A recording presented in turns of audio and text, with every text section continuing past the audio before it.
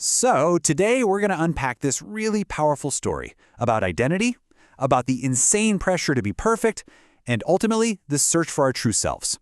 It's a journey from this fragile idea of what we should be to a more grounded reality. And it all starts with a simple question. I think we've all been there, right?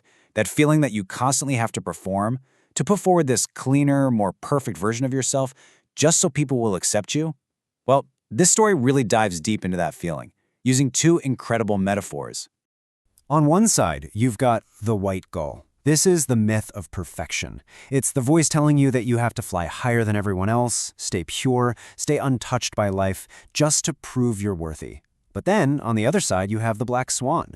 This is all about the power of authenticity. It's grounded in your own truth, it's forged by all of life's messy experiences, and it is absolutely not afraid of getting a little dirty.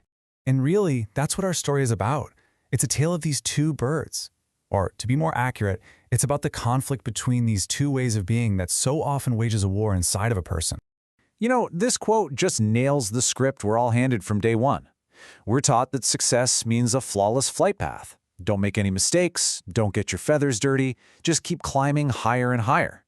This is the very core belief that builds up that White Gull ideal. But here's the thing. Keeping up that perfect act takes a huge amount of energy. And for people who are maybe highly sensitive or described as gifted, all that work to keep those feathers perfectly white isn't just exhausting, it's a lonely, isolating prison cell, way up there in the sky. So, what could possibly shatter a prison like that? Well, a lot of the time, it's a single, unforgettable moment, a catalyst for change that sends that high-flying ideal crashing right back down to earth. Let's call it the Fall of Icaros. And the spark for this entire transformation, it starts with something really simple, really stark, and very, very real. A child finds a dead seagull in their backyard. At this point, it's not a metaphor. It's just a bird that has fallen. And this is where it all changes. The child doesn't just see a dead bird. No, he sees a fallen prince, a myth brought to life. He names it Icaros, and by doing that, he connects this small backyard tragedy to this grand, ancient story of ambition, of freedom, and the danger of flying too high. It became a symbol of something pure and beautiful that was now broken. So this is the gut punch, isn't it? That moment of impact. The abstract idea that even the most perfect, beautiful things can just fall out of the sky suddenly isn't abstract anymore. It's lying there, right in the grass. It's the sound of your own wings cracking when you look at it. This quote captures such a crucial shift in perspective. The fall wasn't a mistake. It was a necessary deconstruction. That artificial structure of the White Gull persona, all the wax and feathers holding it together, it just had to melt. It had to come apart. Okay, so to really get why this one moment was so earth-shattering, we have to understand the internal world behind it. I want you to imagine, just for a second, trying to live your life without a volume knob. And this is so key. We're not just talking about being a little sensitive or overthinking things. The source material describes a biological state. The nervous system is getting hit with so much information, so many emotional and sensory signals, that your whole existence basically vibrates in your bones. So how in the world do you cope with that? Well, you build armor. For this person, a super analytical, logical mind became a kind of survival suit. It was a way to try and manage a world that just felt too loud, too chaotic, too intense. The brain had to work in overdrive because the heart was, on fire. And when you're looking out from inside that logical survival suit, the social world can look totally bizarre. You start noticing all these paradoxes, like why do people say they want honesty, but then get mad when you give it to them? Or why do they ditch logic completely just to follow the herd? And why do people spend so much energy wearing this costume of happiness when you can see they're exhausted? For someone with that heightened perception, it makes real connection feel, almost impossible. So all of this, the fall, recognizing the pain of that prison, the chaos of the world, it all leads to a turning point.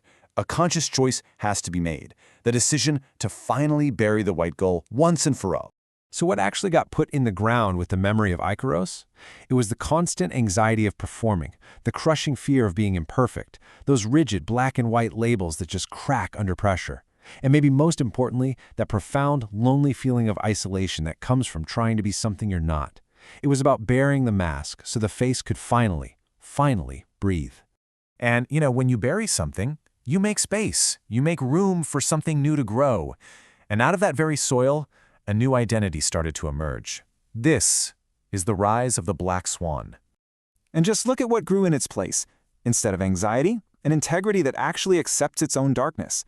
Instead of rigid labels, an identity that's simply human. Instead of isolation, the ability to connect with people by sharing your struggles. And instead of chasing some static, perfect ideal, you get the freedom to just be a work in progress. This right here, this slide, is the whole transformation in a nutshell. The old idea of integrity was like a perfect white shirt, fragile, easily ruined by one little stain. But the new integrity, that's the Black Swan. Its color isn't a stain, it's the sum of every single one of its experiences. It didn't try to avoid the storm, it was born in it. And this brings us to the most powerful realization in the whole story. The fall wasn't a failure, it was an arrival. It was the necessary, painful act of finally touching solid ground. It was about becoming a human being who has landed, instead of a myth that's failing to stay up in the air. So we're going to end by turning this back to you. This story is all about a journey from a fragile ideal to a resilient reality. And it kind of makes you wonder, right?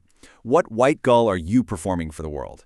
And what part of your own messy, authentic, complicated self, your Black Swan, do you need to embrace to finally truly land?